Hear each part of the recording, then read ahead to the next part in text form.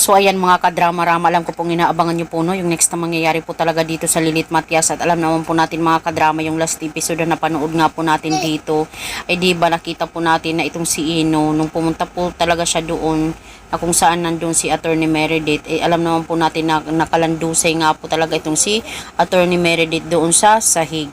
Tapos di ba yun din ang pag-aakala nating lahat na itong si Ino yung totoong pumatay kay Attorney Meredith or mama ni Lilith. At alam naman po natin mga kadrama, sabi pa nga ng isang kaibigan ni Lilith na may pupunta daw dito na ibibigay talaga ni Lord na magwi-witness talaga laban dito kay Lilith at matulungan po talaga itong si Lilith. At alam naman po natin mga kadrama na possible talaga, diba, ngayon itong si Ino ay nagtatago dahil nga po sa gusto din talaga ng kanyang mami na si Calorena. Possible talaga itong si Ino, siya talaga yung witness.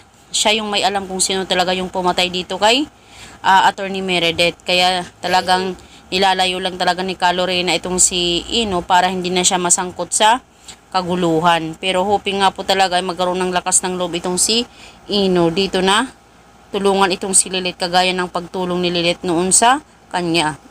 Kaya pag nagkatotoo talaga ito ng mga kadrama, ay pwedeng pumunta itong si Ino doon talaga sa korte at saka maging witness po talaga siya, diba? Yung bang si Ino sasabihin sa akin kung sino ang pumatay kay Attorney Meredith o sa mama ko, maawa ka sa akin dito sa kulungan, Ino. Sana matulungan mo din ako ngayon kagaya ng pagtulong ko sa iyo noon.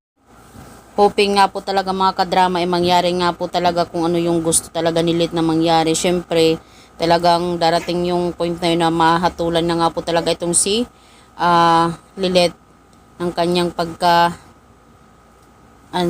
sa korte, no? Syempre, hindi naman talaga yun papayag itong si Lilith talaga na mangyari. Yung talaga nahatulan siya na wala naman talaga siyang kasalanan. Ang ingay ng bibi ko. Gusto din talaga niya magsalita. So, yun lang po mga kadrama. Abangan na lang po natin yung next na mangyayari po talaga dito sa Lilith Matias. Hoping nga po talaga makatulong itong si Ino dito kay Lilith. Sana tumanaw din siya talaga ng utang na loob dito kay Lilith. Di ba mga kadrama?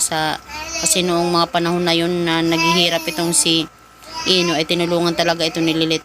Kaya nakalabas siya sa kulungan. Talagang pinaglaban ni Lilith itong si Ino. Sana ngayon si Ino ay paglaban din talaga itong si Lilith. So yun lang po. Bye!